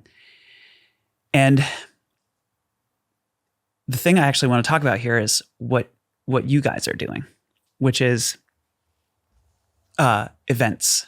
I'm seeing a lot more creators right now start to do in-person events with fans. We were both at Max Joseph's film screening. Yeah. Bo Miles is doing these screenings that he's renting movie theaters, and he's doing these 1,500 person screenings of his YouTube videos. The more creators I'm talking to, and Patreon is doing this too, we're throwing events. We just did an event with Shannon Beveridge where we're like throwing an event for her and her fans, and 150 fans show up and we all hang out together and have a good time. And she does a live version of her podcast. The more creators I'm talking to, the more I'm seeing this strong desire for like real human in-person interaction and like actual community building. And you guys have just started doing these coffee coffee with creators. Yeah. And like, I think that's another like version of what I'm seeing largely across the entire I actually industry. think that's connected to something you said earlier of like, make sure you're making something that you're passionate about. Yeah. Because what that also creates is what we always call, and I think Seth Godin coined this in one of his, but it's like people like us. Like when you're building a community, you're looking for people like you. Yeah. And so when we started doing Coffee with Creators, which is essentially, we send out through our newsletter, The Published Press, an invite. Hey, if you're in LA, come by. We rented out a coffee shop, 150, sometimes 200 people show up.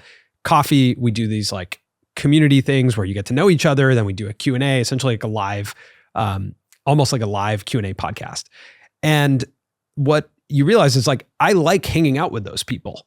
Mm-hmm. It does not feel hierarchical in the way of we're on stage and you're here to watch us. It's actually like, oh, these are all people I am enjoying hanging out with, and they're enjoying hanging out with each other because they're there because of a common interest. We always thought about our first YouTube business, Lacrosse Network. We thought about it as every time we uploaded, we were actually opening the doors to a convention hall for like-minded people to come in and engage with each other. Yeah. So our videos were not necessarily just, hey, watch this stuff or get entertained by this or the information that's here. It's actually, this is now permission to engage with each other. But that becomes incredibly fragmented on YouTube because it only lives in one video. Exactly. So it's a long way of saying, like, I think We're basically the platforms now. We're doing the interest graph thing. Yes. But I think in a really healthy, good way. Yeah. Right. Like, well, hopefully in a way that's consistent and dependable and like leaves you feeling good about your interest, right? Because you've met some people in real life. Yeah. Also, meeting people in real life is like fun and necessary to be a human. So I think like sometimes we get over analytical, and actually it's just like, yeah, as a human, you need to interact with other humans, and it's fun to interact with other humans that are into the same thing as you. So the way I like to think about this is like, there's a difference between audience building and community building. Yeah. One is not difference. better than the other. They're not hierarchical, and you can be either as a creator, or you can be a mix of the two. But there are creators on Patreon and on YouTube that are amazing community builders. And then there are creators who have really successful like audience relationships. And specifically what I mean by that is like an audience relationship. I would like, the best example of that is like, I go to a concert, I watch the concert, I go for the music and I see the musician and they play, and then the concert ends and I go home, and then that's it. Like there's no ongoing connection. I'm not getting a sense of belonging. I'm not getting a sense of support from other people. I'm not meeting other like-minded people. Like, it's an audience relationship. It's a one-way street where I'm consuming a thing that someone has created for me. And there's a lot of creators who do this really well on YouTube, and it works great, where it's like, I made a thing for you and you enjoyed it. That's very different than like, say, a Vlogbrothers, where like the Vlogbrothers have a community. Yeah. You identify as a nerd fighter. Right. You hang out at bars with other nerd fighters. Right. When something in the world happens that's scary as shit, John gets up and helps you feel calm about it. Yeah. And he explains the world, so you make sense of the world together. You have shared values as community members, as a nerd fighter, right? You know who you are. And if somebody's wearing a nerd fighter t-shirt or has a DFTBA tattoo on their arm, you're like, I know what you're like as a human. Yeah, I know what your values are. Yeah. And I know we could hang out with each other. We've seen that on a smaller scale with our press publish merch. Like if someone's wearing it, we've seen people tweet at us or send us DMs of like, I just met someone because they were wearing that. You already know who they are. You know what they're into, you know their values. You guys are building a community. And again, I'm not trying to make it sound like one is better than the other. You can build successful businesses that are both, but I do think it's important as a creator to know, what am I building here? And then to do the things that work for you and what you like. And by the way, there's a lot of creators who don't want to build a community, and that's fine too, right? Especially like there's a lot of female creators where it's especially harder for them to have a relationship with their audience because it just feels worse, right? Sure. And so like for those creators, it doesn't even feel safe to build a community. And that like, my wife, like she would rather just be very private. She just wants to make her songs. She doesn't want to have a thing where she interacts and hangs out with people. She's a bit more introverted, right? Like, so it just depends on what resonates for you as a creator and what it is that you want to do. But I think it's important to know. Did we get through all 6? Okay, sorry. So build a tight community around the long form format. Yeah. And the reason I'm saying that specifically is I think it's harder to build a community around a short form format because it's harder to reach your audience. Okay, number 5, I think it's important as a creator right now. And again, the audience should know I have a direct to fan company called Patreon. Yeah. So like, take my words with a grain of salt here. But if I were doing it in 2025, I would have an ads business and I would have a direct to fan business. And I would start thinking about the differences between those two. Mhm. And I would experiment with different types of direct to fan businesses, not just membership. Membership isn't right for a lot of creators. So I would say like if you're not an episodic media creator, Mhm. don't try to force fit your stuff into a membership business. Like maybe you should do a commerce business or a courses business or a live business. Or like a pay-per-view. Like or- again, Yeah. comedy, what has happened with comedy and comedy you know, specials. ticketed digital live events is amazing. Exactly. So, but the reason that's important is because, again, I think it's important as a creator to build a diversified business. Like if the economy crashes and companies simultaneously pull back their sales and marketing spends or Disney leaves YouTube because there's some piece of media on YouTube that they don't want to be associated with, and then it cascades to other advertisers who leave YouTube, and then ad revenue drops in a month. As a creator, you want to be able to withstand that, right? Sure. And so you want to have like a variety of types of income.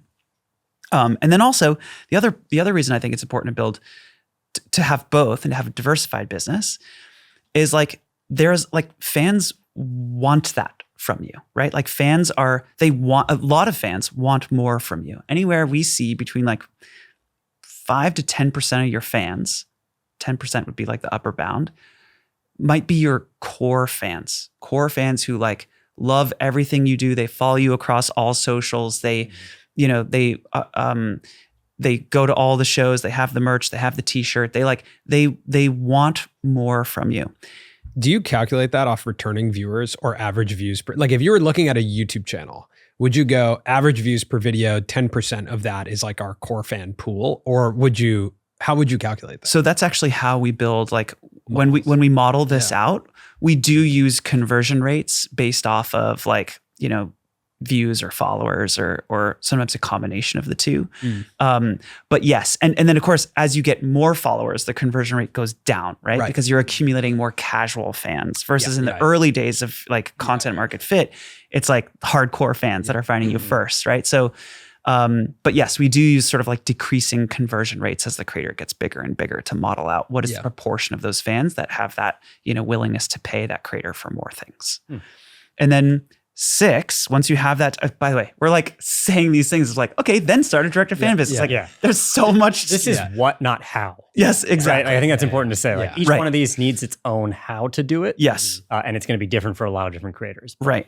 One thing, by the way, we haven't talked about with direct to fan business, I think is really important, is like, it has not worked sometimes for some creators, or it's backfired, right? Like we've seen a couple examples over the last 2 years where YouTubers go out to their audience and there's backlash. And I think it's important to understand why and what are the lessons learned. I think it was also misguided for some of the short form like TikTokers to launch memberships. Yes. That's just not the right value proposition, not the right audience. Nope. And fans don't want to pay for short form. No. Right. Yeah. Yeah. Definitely. And there's another insight there, which is fans don't want to pay for something that was previously free. Do you want more stuff like this? Yes, exactly. To our rules. Like they're down to pay for something in addition, but not the thing that was already free. Right. Yeah. Okay. The last thing is like, once you have that going, and this is a real big, if you want, and if you're that sort of first profile creator versus the other profile creator, it's like hire so that you can make it sustainable. And there's a whole art and science to hiring that is very tricky. Now, I think that's like the last step here. The last step is like bring in people to help. Like if you don't love the work and you don't want to do it yourself, then, don't just like hire. I actually don't think that'll work. Yeah. But I do think for a lot of creators, they're getting to the point where, they're making, there are a lot of creators that are making hundreds of thousands of dollars a year doing it themselves, and they feel burned out and underwater, and they don't realize like, oh, I can hire like an admin to like help me run my operation. I can hire. I think you have to play that out in your head. I would have no idea how to do that. And I'm this guy in this chair. Like without Samir, truly, like I would struggle hiring people and figuring it out. But I agree with you. It's so hard. I see the benefits of it to have the employees we have, and like the way that they support us. But at Coffee with Creators, this is a common question. How do I hire an editor? How do I do, and one of the things I ask back, and this comes directly from our conversation with Tim Ferriss, is I just want you to close your eyes and imagine having a conversation with a person who wants a raise. And then I want you to imagine having a conversation where you have to fire someone. Yeah. Are you comfortable in that conversation? If not, it might not be your thing. And that might be very black and white of me to say, but I live in these, like, I just want everyone to know the realities of what you're doing. It can be amazing. It can be fruitful, incredible. We've had incredible experiences, but it can also be this new thing where someone, texts you in the morning, what am I supposed to do? And you're like, whoa, yeah, leave me alone. Let me just go about my day. It really depends on what you want as a creator. I think there's a lot of creators who shouldn't hire, right? Like there's a lot of creators who don't want to like build an empire and grow. Like a lot of creators don't want to do that. And for them, hiring is probably not, you don't want a 10-person team. Yeah. I would say probably even for those creators, well, there's probably some people who just want to be fully alone 100%. But again, these things aren't black and white, right? Like I've like a couple, things that I've learned. I found it easier to like work with people on a specific project. Yes. mm-hmm. Like project-based, short-term contractor relationship to start. Yeah. And then you're like, if you like work with 20 people like that, 2 or 3 of those people, you're going to be like, oh, I love working with that person. And I'm giving them more work every month. And you sort of naturally gravitate. And then you're like, okay, well, this is kind of a repeatable thing. And then you can start thinking about, okay, what does it look like if this person works full time?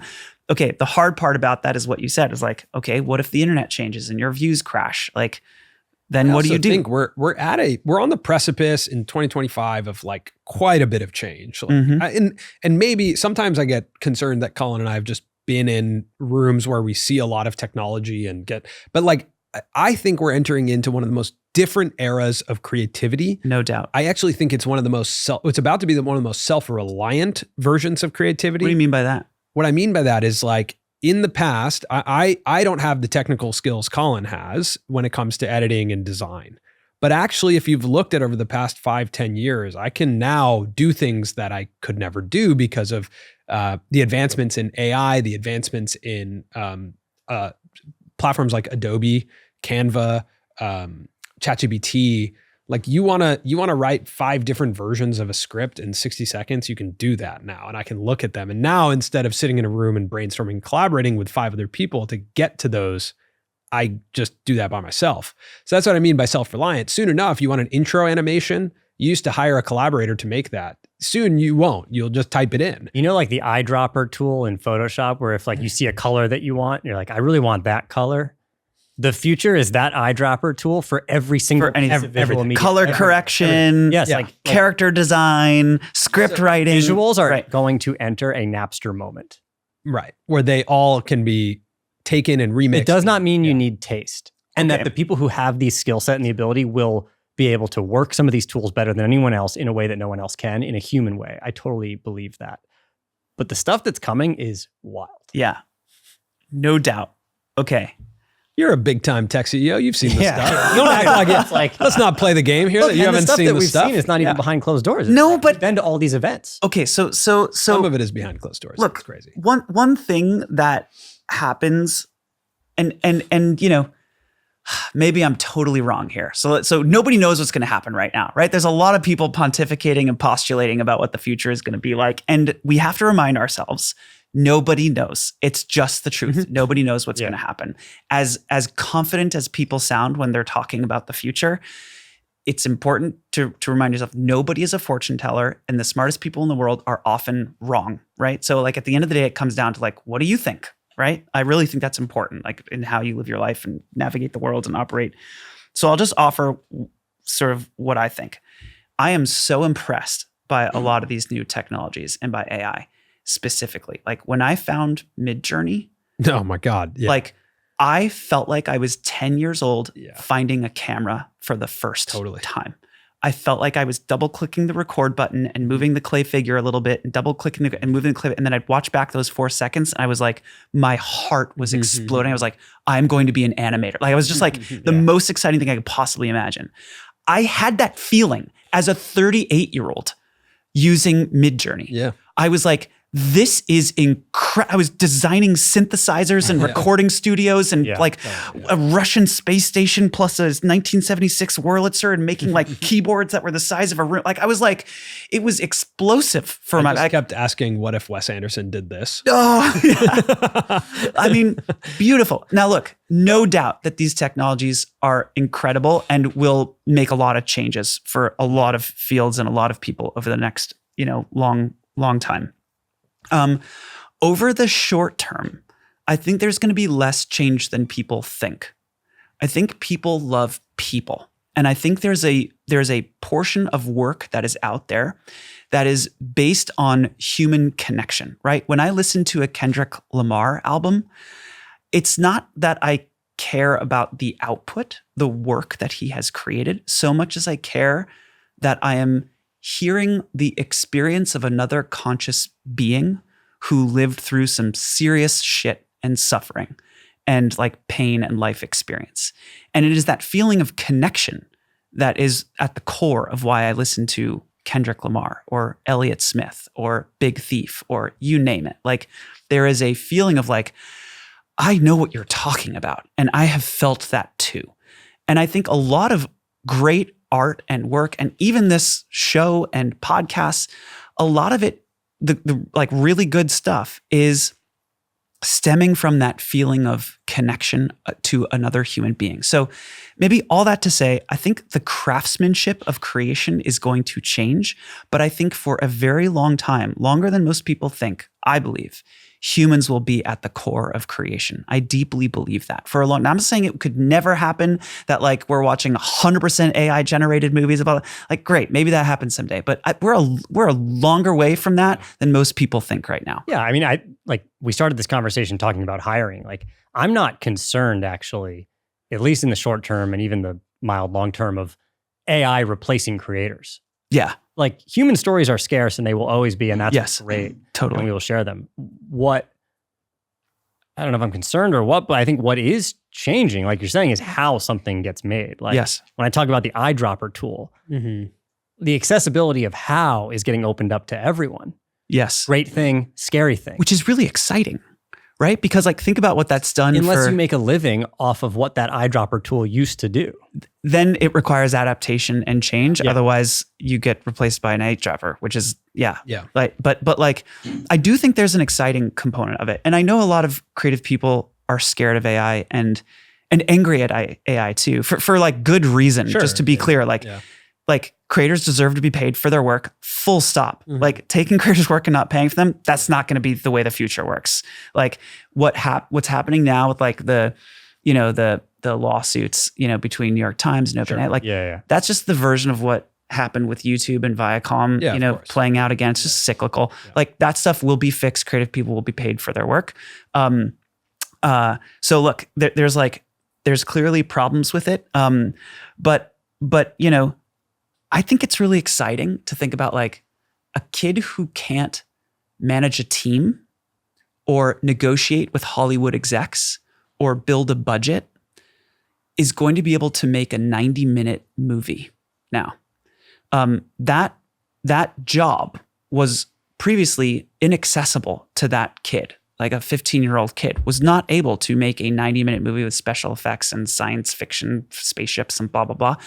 You will be able to do that soon. We will be hearing and understanding and watching the stories coming out of people who could not afford or didn't have the skills to make things previously. And that component of it, I think, is really exciting. Like making creativity accessible to more people. I'm like, personally, I'm pumped for that. We've never had that before. And like, think about what's happened to music over the last 50 years. Like the engineers at Abbey Road Studios, where the Beatles made all their records, they wore white lab coats And they had to understand ohms and resistance, and they had hundreds of thousands of dollars worth of like technical equipment to like patch cables in and route music and record on tape. And like, it was a very technical profession. Now like 10-year-old kids are making records better than that quality on this thing. Yeah. Mhm. And like, and we're seeing that trend just like continue and accelerate. I think that's exciting. Like, this did replace jobs, a lot of those, you know, old audio engineers. But there is a good trade-off of that, which is like, now you can be a 12-year-old and make an amazing album. And it's cool to hear the album that a 12-year-old makes. Yeah. Yeah, I agree. Yeah. The The emphasis will be on do you have a story to tell? Yeah. Right. Less on like, do you have the ability to tell that story? 100%. Yeah. It's funny because it's like less about, I think it will be less about execution, and it will be more around quality of idea and narrative, which I think previously execution was like a really big piece of it, but execution is getting easier and easier over time as tools get more and more accessible and cheaper and available. And I think that's good for creative people. Honestly, I think I'm very optimistic about how this is playing out for creative people. As tough as it is, like on the internet right now, I do think as media moves offline to online, we've experienced 20 years of that now. I think over the next 20, and then again over the next 100, I think artists come out the other end of this in a fundamentally different place than the last 5,000 years of artistry. I think artists come out of this phase of the digitization of media with more control, more leverage, more options, more creative control. And I think that's fundamentally going to be a good thing for artists. We will always have the struggle. Artists will always have the struggle of like, do I make for the market or do I make for my heart? Like, that struggle isn't going to go away. But I'd rather have that struggle as an artist than have a media executive telling me that my song isn't cool enough to be in their pipes and they won't distribute it.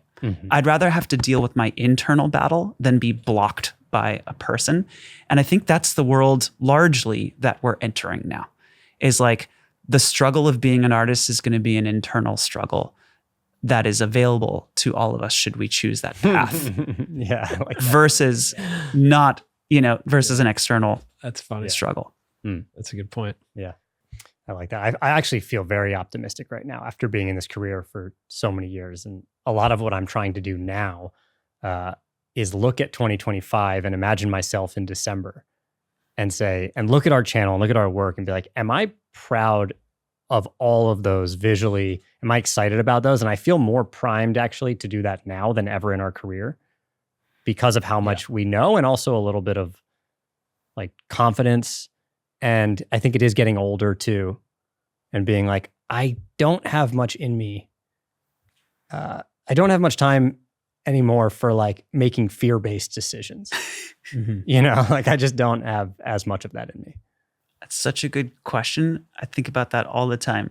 Am I proud of what I made?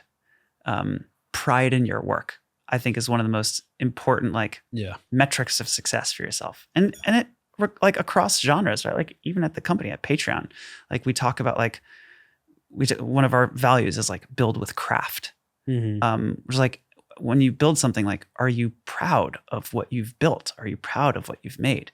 That's such an important thing. Like if you're not proud of what you've made, like, why are you making it? What are the biggest problems you're facing as Patreon right now? The biggest, Like, what are your like, you mean like hurdles you're trying to overcome as a platform? I think it's the same as the problems that like creators are having. It's literally the same thing, which is like, it's harder and harder for creators to rally their audiences around their work. Like if you make a post on TikTok now and you have an effective CTA to like go buy my merch or go buy my tickets to my show, and the first 10 people who watch it go buy the tickets because you're a really good storyteller and your CTA is good, TikTok de-ranks that post in their algorithm. They're like, oh, people are bouncing off of TikTok when they watch this post. So we're going to push that to the bottom of the feed now, or we're just going to wipe it from our distribution because like you're driving people away from the app. But like, that's what creators need. Creators need somebody to buy their merch. Yeah, that's pushing us further into the aligned incentives with the platform, which is advertising. Which is why, yeah. And that is the core of like, of one of the problems that we're trying to solve for creators is like, and it's one of the reasons we built free membership, which is like, how do we help creators not be reliant on platforms to drive like traffic for them? Because essentially the platforms are failing on that responsibility. They're not letting they're keeping people on instead of letting people go off the platform. But that makes sense for their incentive structure. It does. It's not like you can't blame them. Really. It's not evil. Yeah. It's a function of their business model. It's just how their business works. But you may have known this. I did not know this, but Patreon has free membership. So Yes. essentially, we could upload our show, same time, same cadence to Patreon and start building a following there and say, you don't have to pay for this because that's for free on YouTube too. in the first year of that, creators got 30 million free members and doubled their communities on Patreon.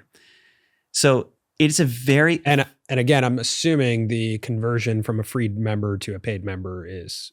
There are hundreds of thousands of free members converting every month to paid members. They're already in an environment where they understand. Do you want more stuff like that? And now we're building dashboards that show creators, here's your free to paid conversion. I feel and like here's you the love things a that dashboard. You feel like I love a dashboard? Yeah. Of course I love a dashboard. No, I know, but I just feel like you love a dashboard. I don't know what else to say about that. I just want to be careful with dashboards. I'm not saying I don't like it. Yeah, you got to be very specific about the metrics that you put there because they're going to incentivize behavior. I like a dashboard. Exactly. Too. Yeah. You have to be very thoughtful about dashboards because it can be Pavlovian in the wrong direction, right? You can like train people to care about this. Well, yeah, you're informing them what they should care about. And that is such it's so important, right? You should just have a dashboard that has like the front-facing camera, like when you open your iPhone, and it's like, "Are you proud of yourself today?" Yes. You're like looking at yourself, and you're like, "Oh my god!" And you click a button, yes or no.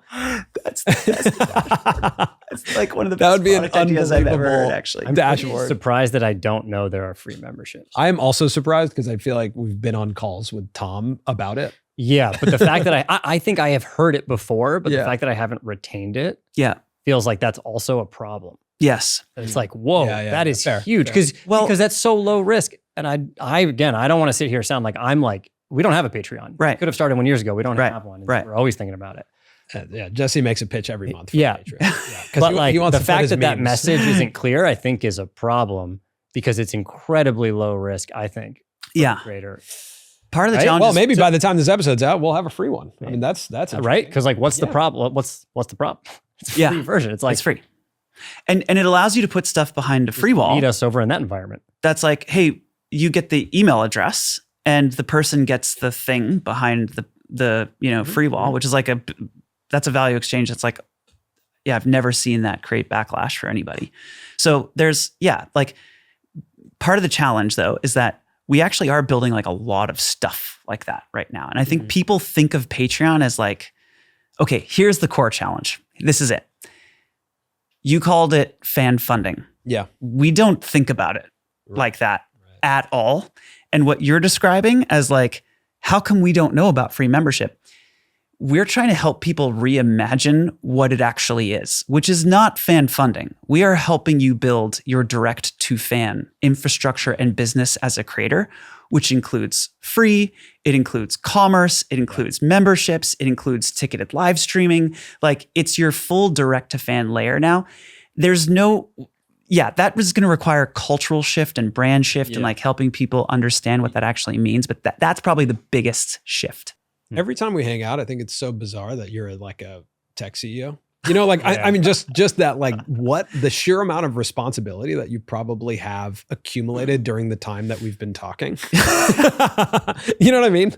Like I get anxious about that. I'm like, oh my God, I probably like, I'm anxious about it too. So many things that I need to do right now. Yeah. But I can't imagine that must be insane for you like that. So Yeah. So thanks for It is. spending this Thanks time. for- So thanks for letting that accumulate. Thank you while we guys got for to having me. talk. This I mean, has been so Coming fun. back on the show. it's Hell yeah. great. It's always great to talk. It's even better when we get to record it. Hell yeah. Actually, it's not a requirement to record it. We can also, thanks for hanging out. Thank you guys for doing this. Yeah. It's like, honestly, I feel like, we were talking about this a little bit. Like I would have this conversation anyway. It would be a joy, and to be able to record it is an even bigger joy. So thank you.